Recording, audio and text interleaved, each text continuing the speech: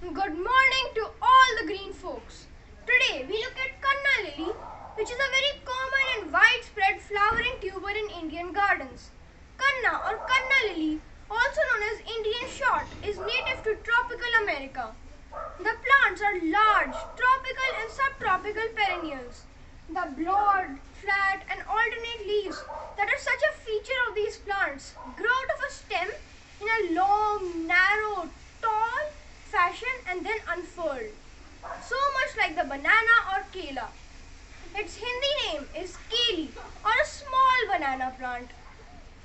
Keli flowers are bright, attractive and in our gardens we grow them in shades of red, orange, yellow and pink. Canna may grow up to 6 feet tall. The blooms are long-lasting, hardy and low maintenance. Though in winter they get subdued and lose much of their foliage.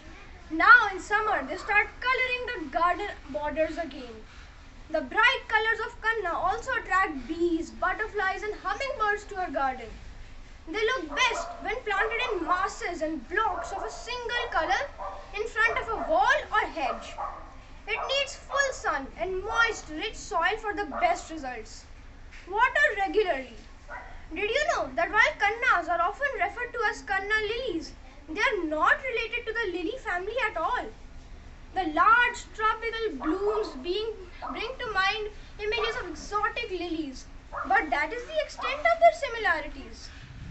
The bulbs and roots of Cannas may be edible. However, do not eat them before consulting a doctor. Canna seeds are often used to make jewelry.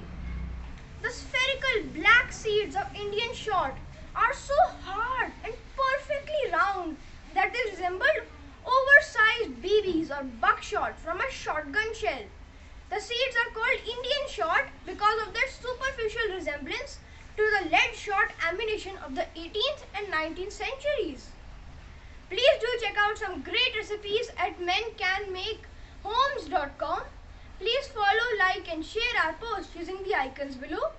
Visit us at Early Progressions Faridabad to know lots more. Bye for now and keep joining us for more to follow.